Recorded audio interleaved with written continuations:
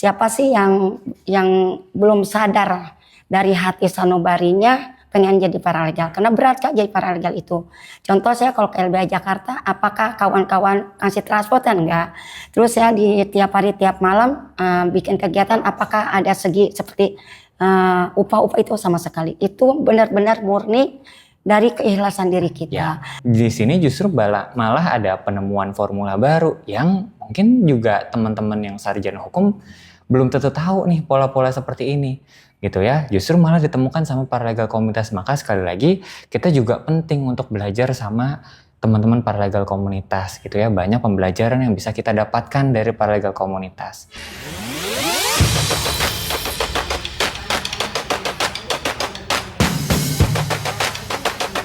Halo kawan-kawan sekalian, jumpa lagi dengan saya Daniel di podcast Klinik Hukum LBH Jakarta. Oke kawan-kawan, kita masuk ke podcast episode keempat kali ini, yang mana kita bakal membahas hal-hal yang gak kalah penting nih sama yang sebelumnya udah kita bahas. Sebelumnya kan kita udah ngebahas soal guru honorer, juga udah ngebahas soal penyempitan ruang sipil, dan juga yang terakhir bahas soal pinjol. Nah kali ini kita akan membahas soal sebuah topik yang berkaitan langsung dengan akses terhadap keadilan, yaitu adalah paralegal. Nah teman-teman, kalau teman-teman belum tahu, teman-teman tahu nggak sih paralegal itu kira-kira apa gitu? Ataukah itu suatu hal yang teman-teman sering dengar tapi teman-teman tuh belum tahu jawabannya paralegal itu apa?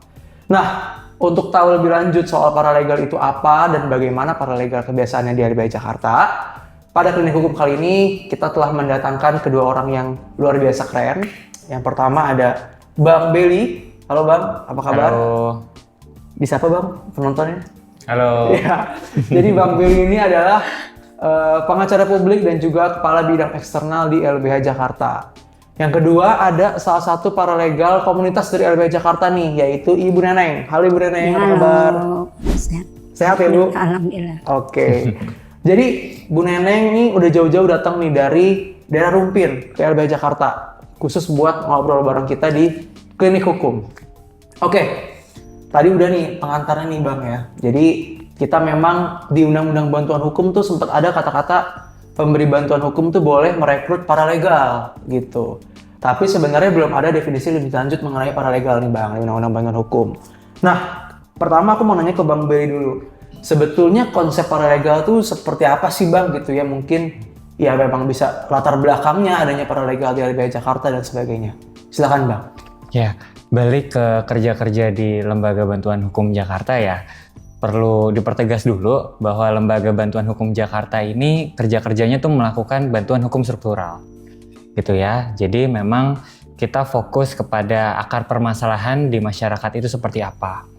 Maka dari konsep bantuan hukum struktural ini, kita tidak hanya menjawab bantuan hukum tradisional, di mana bantuan hukum tradisional ini bagaimana menjawab kebutuhan masyarakat terhadap pengacara, advokat, ya, pendamping hukum. Nah, di konsep bantuan hukum struktural ini, maka kami mencoba untuk mengembangkan konsep paralegal komunitas. Yang pada umumnya, kalau mungkin di lembaga bantuan hukum lain atau mungkin di kantor hukum lain, paralegal itu adalah pembantunya advokat. Gitu, orang-orang yang mungkin kelak ingin menjadi seorang advokat, ingin menjadi seorang pengacara, kemudian dia berkarir dulu menjadi paralegal. Dengan catatan biasanya paralegal ini juga adalah seorang sarjana hukum yang belum memiliki lisensi advokat. Nah, tapi Lembaga Bantuan Hukum Jakarta ini mendefinisikannya lain. Paralegal komunitas ini diangkat dari LBH Jakarta yang berdasarkan dari komunitas, yang berdasarkan dari klien, dari para pencari keadilan, di mana para pencari keadilan yang pernah menangani kasusnya ya diupayakan oleh Lembaga Bantuan Hukum Jakarta untuk kemudian bisa berdaya, bisa menangani kasusnya sendiri atau bahkan bisa menangani kasus-kasus serupa di masyarakat. Begitu juga dengan komunitas. Bagaimana komunitasnya itu juga ke depan tidak hanya mempersoalkan permasalahannya, tapi juga bisa melakukan bantuan hukum struktural seperti yang dilakukan sama Lembaga Bantuan Hukum Jakarta. Sebetulnya apa yang menjadi akar permasalahan dari komunitasnya, semisal untuk komunitas yang saat ini sedang berhadapan dengan penggusuran. Apa sebetulnya akar masalah penggusurannya? Itu yang harus kita advokasi bersama. Jadi paralegal komunitas ini tidak hanya kasuistis, hanya menangani kasusnya sendiri, tapi juga ternyata akar permasalahannya apa? Itu apa yang menyebabkan terjadinya penggusuran di mana-mana gitu. Begitu juga dengan isu-isu lain, misalnya di isu inklusivitas, ya komunitas-komunitas yang sedang berjuang untuk memperjuangkan inklusivitas juga harus saling menguatkan begitu. Jadi kita bagaimana paralegal komunitas yang dilaksanakan sama Lembaga Bantuan Hukum Jakarta ini betul-betul bisa menjadi wadah yang saling menjahit, saling menguatkan satu sama lain untuk kedepannya bisa menembak suatu bantuan hukum struktural, bisa melawan sebuah problem struktural. Nah mungkin nanti Bu Neneng juga bisa sampaikan nih ya, konteks paralegal komunitas ini juga karena tadi konteksnya bukan pembantu advokat, ini konteksnya kita juga pengacara yang juga bisa belajar nih sama Bu Neneng. Ya, justru kita yang bisa belajar nih sama paralegal komunitas, bagaimana bertahun-tahun ya beliau-beliau ini sudah mengorganisir komunitasnya, bahkan mengadvokasikan banyak hal. Begitu mungkin untuk gambaran pembukanya, Daniel. Oke, thank you Bang Beli. Jadi teman-teman lihat ya, bahwa nih ada perbedaan nih antara paralegal pada kantor hukum biasanya dengan yang ada di LBH Jakarta gitu. Kalau tadi kan saya menangkap tuh ada seperti dari korban ketidakadilan tuh dia berubah menjadi orang yang nantinya justru memberikan bantuan hukum struktural juga gitu. Salah satunya ini Bu Neneng. Nah, kita akan tanya nih ke Bu Neneng, gimana sih Bu pengalamannya sebagai paralegal komunitasnya LBH Jakarta, juga apa aja sih Bu kegiatan yang biasanya dilakukan? Silakan Ibu. Ya, terima kasih dikasih kesempatan hari ini. Saya bersyukur ya, saya Bu Neneng, saya paralegal LBH Jakarta.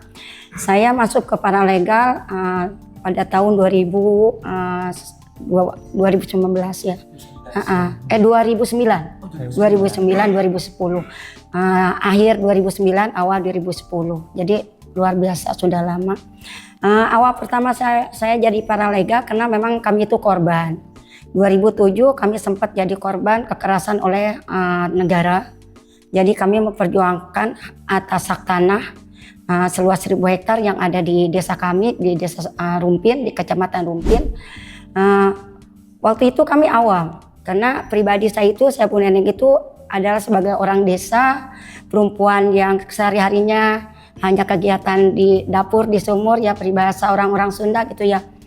Tapi selama kami ditindas 2007 itu kami, sebelum kami menjadi paralegal itu selalu kami itu menyalahkan diri sendiri. Kok kami itu sebagai kami ditindas itu kami tidak bisa bergerak apapun gitu.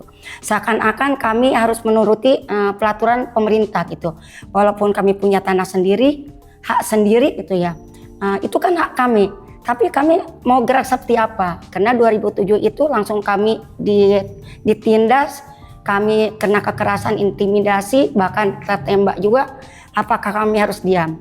Setelah itu karena kami memang ketemu dengan waktu itu didamping oleh LBH Jakarta, akhirnya saya mencarilah keadilan. 2009, apakah kami sebagai kaum perempuan warga desa Sukamulya kami harus diam? Akhirnya saya masuklah ke LBH Jakarta, kami ikut pendidikan paralegal.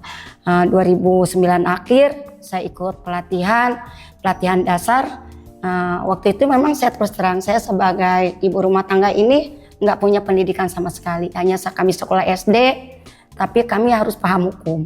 Disitulah saya belajar dasar bagaimana tentang hak asasi manusia, bagaimana paralegal itu harus bisa melawan mengakui hak-hak kami harus kembali seperti semula gitu, jangan sampai dirampas.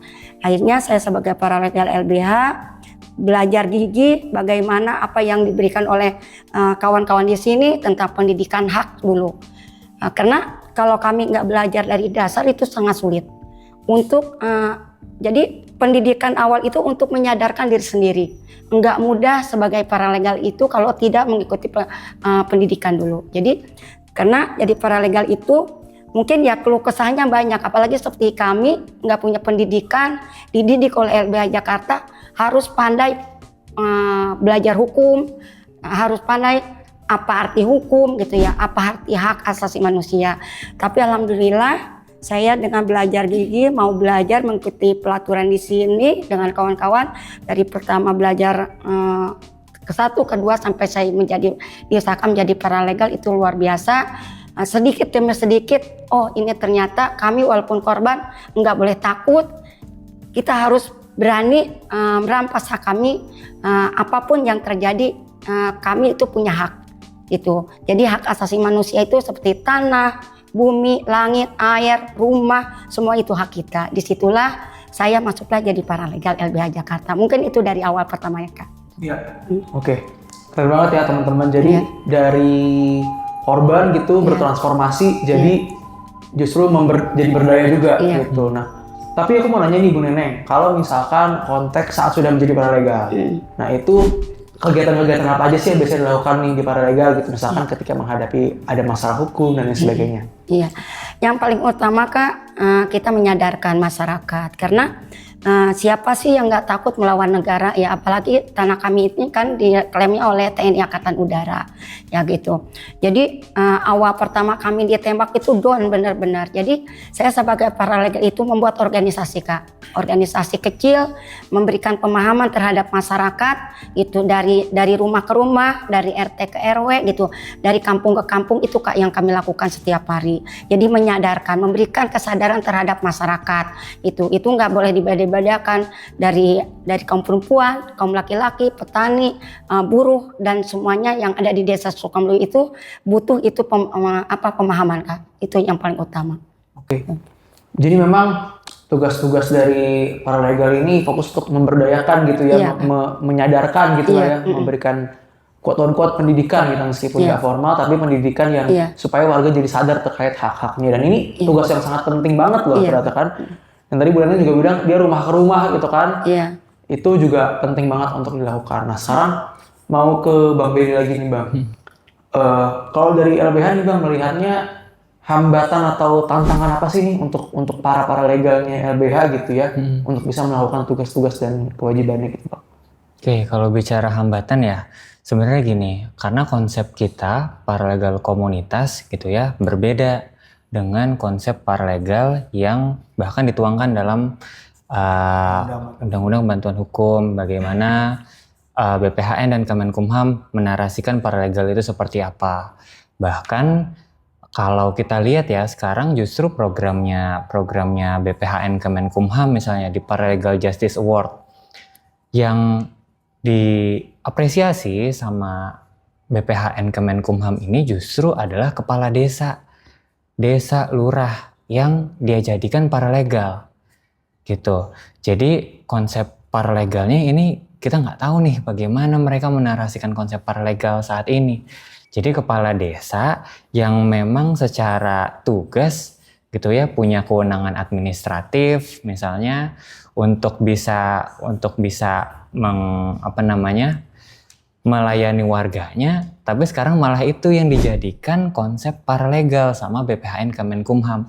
Dan setiap tahunnya malah ada apresiasi di Paralegal Justice Award. Nah ini kan konsepnya kita perlu mempertanyakan dan kritis juga ya. Ini sebenarnya pola pikirnya BPHN Kemenkumham itu seperti apa sih? Di satu sisi ada paralegal komunitas seperti Bu Neneng dan rekan-rekan paralegal komunitas lainnya yang mereka itu secara keparalegalan gitu ya, mereka sebenarnya bukan sarjana hukum gitu, mereka bukan sarjana hukum, tapi justru mereka malah bisa menemukan solusi dari problem-problem yang nggak bisa diselesaikan dengan hukum.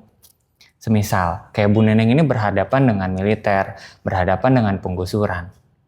Kalau kita coba selesaikan dengan hukum misalnya, ya yang ada kita udah bisa jawab tuh. Bu Neneng dan rekan-rekan hukum pasti akan kalah tuh kalau dihadapkannya dengan hukum misalnya. Gitu. Maka ya di sini justru malah ada penemuan formula baru yang mungkin juga teman-teman yang sarjana hukum belum tentu tahu nih pola-pola seperti ini. Gitu ya. Justru malah ditemukan sama paralegal komunitas. Maka sekali lagi kita juga penting untuk belajar sama teman-teman paralegal komunitas gitu ya. Banyak pembelajaran yang bisa kita dapatkan dari paralegal komunitas. Dan tadi ya dari aspek pengakuan juga ketika paralegal komunitas mendampingi suatu kasus baik komunitasnya atau pencari keadilan yang serupa, itu juga ada ini ya semacam labeling, emang kamu siapa? Paralegal mana? Sarjana hukum mana gitu kan?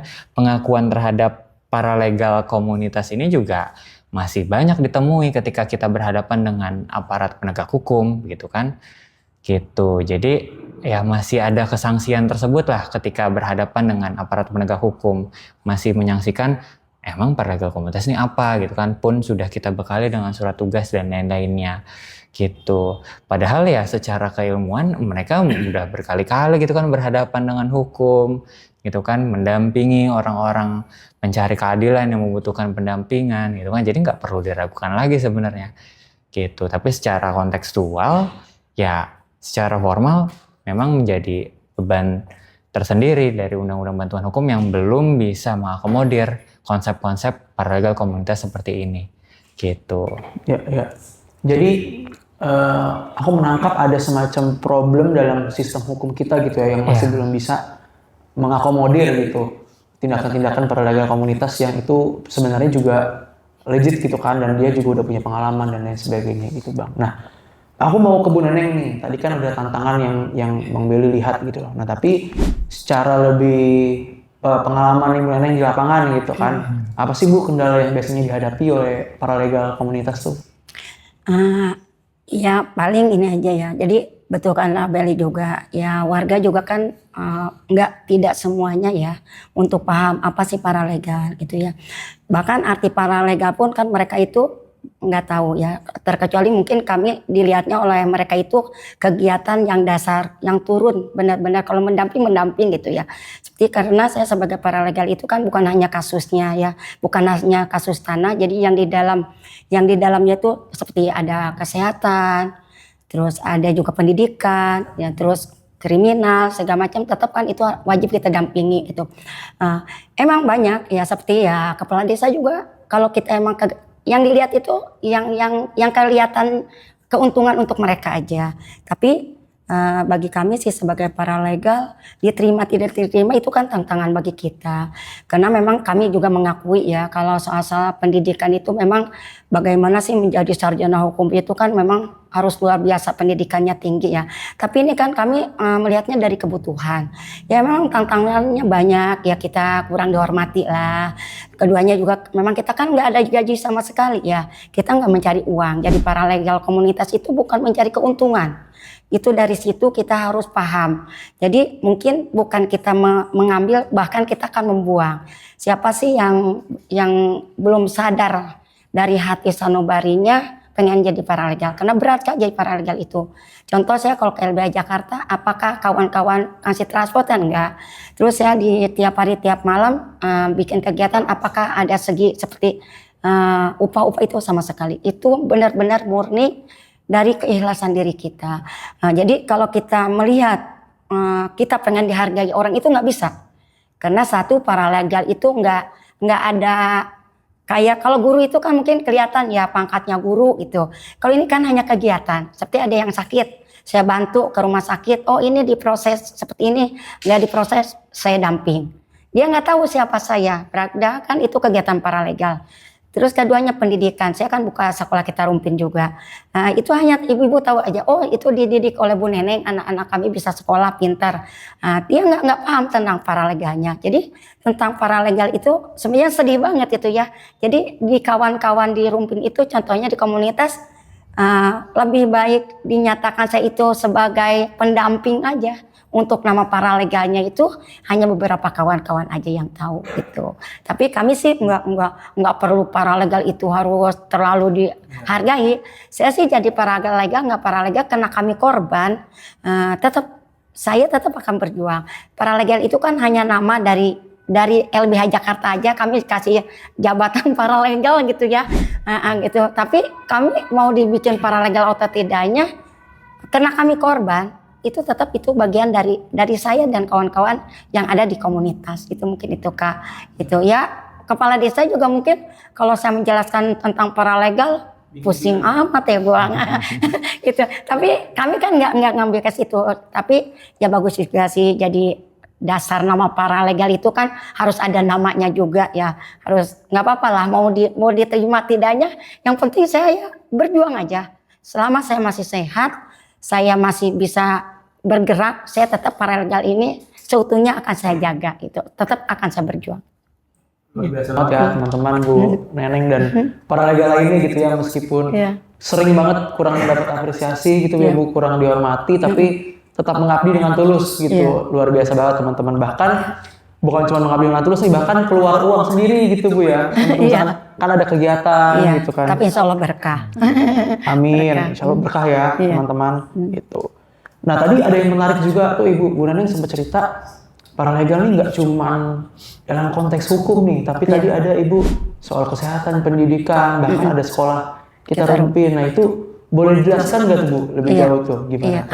Kalau tentang kesehatan kan banyak yang awam ya. Bagaimana kita ketemu dengan para dokter atau perawat, cara kita mendaftarkan ke rumah sakit kan butuh dampingan orang-orang awam.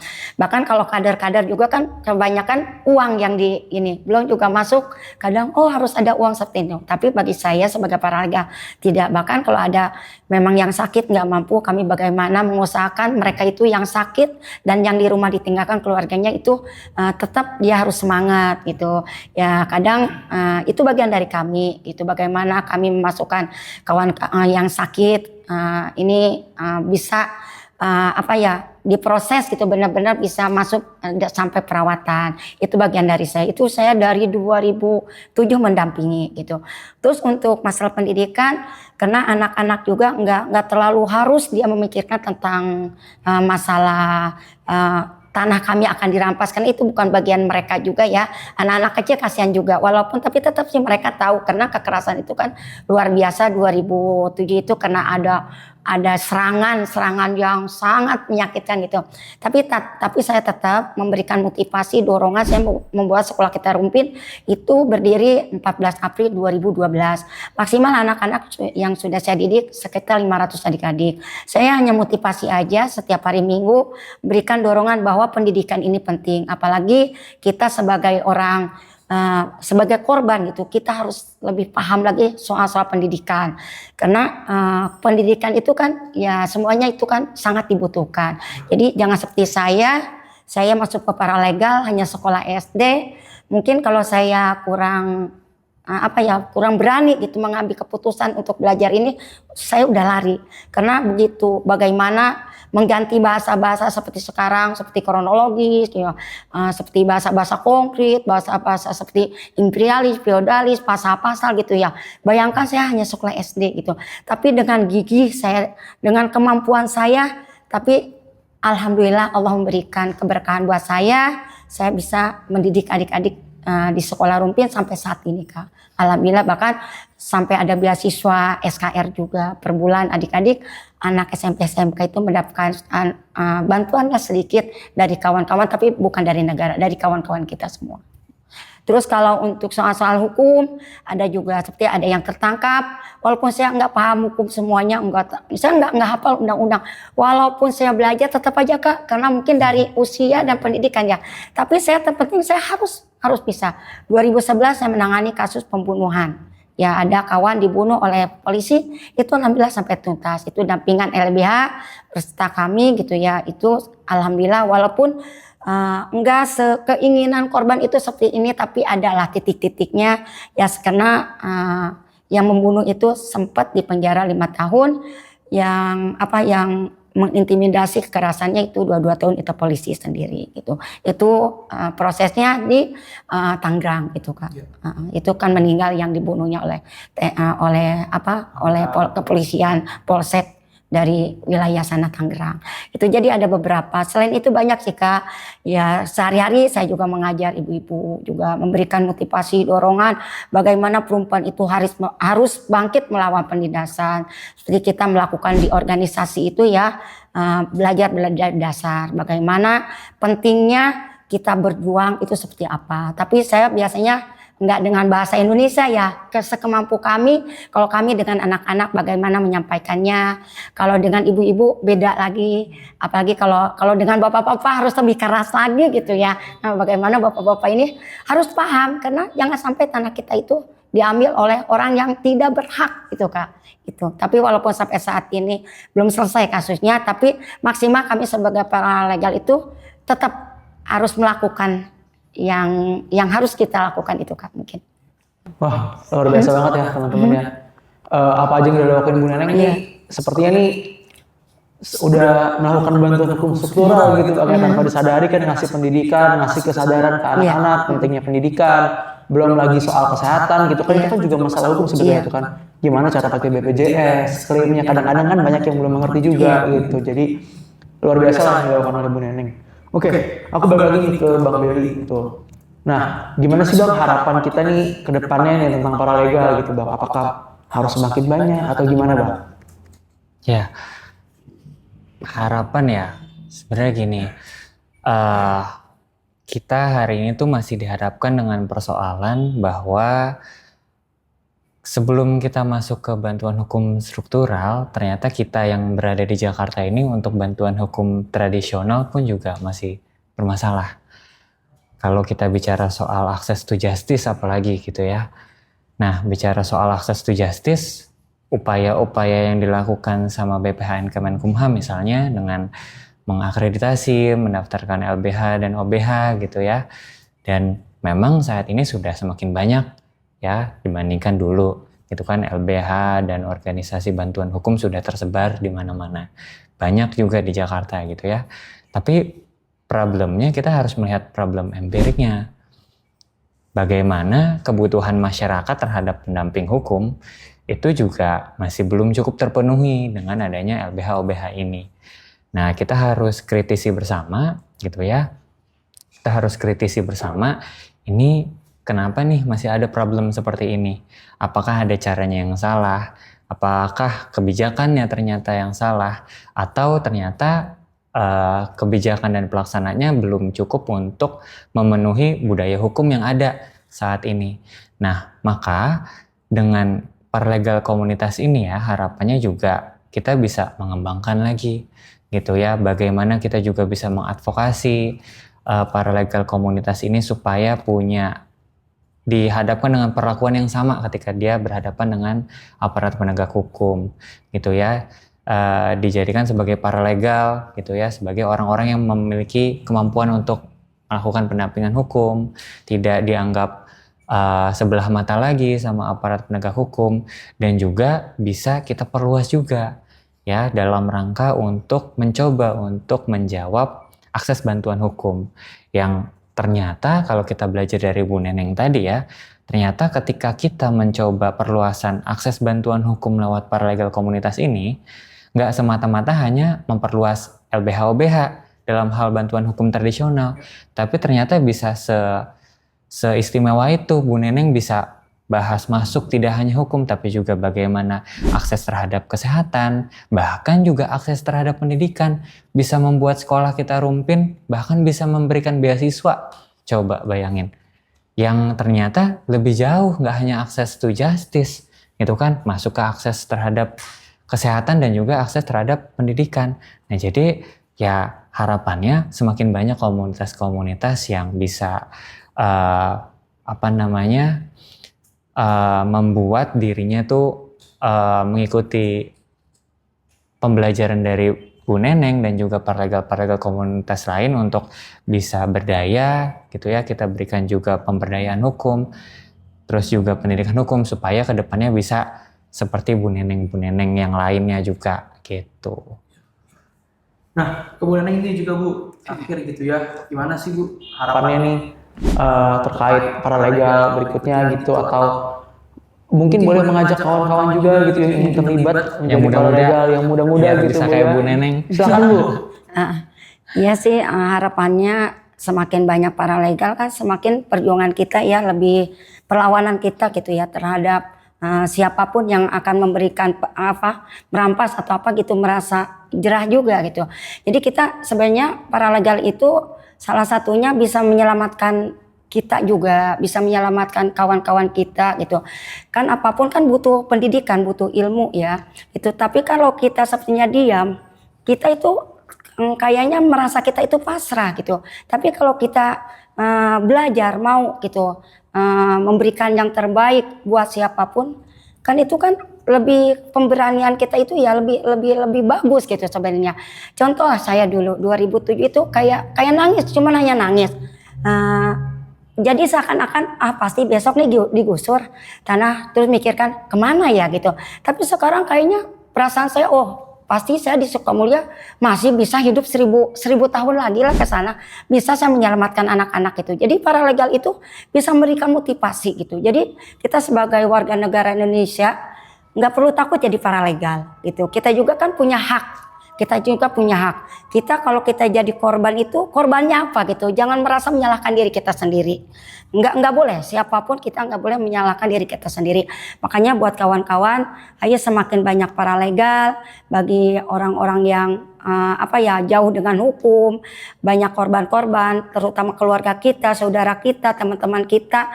Insya Allah dengan adanya paralegal kita menjadikan motivasi, menjadikan jadi penyemangat itu. Bahkan kita juga bisa menyelamatkan seseorang dari orang yang akan bahaya bisa terselamatkan. Itu kan pahala yang luar biasa. Dilihat itu jangan hari ini itu banyak memang yang melihatnya uang.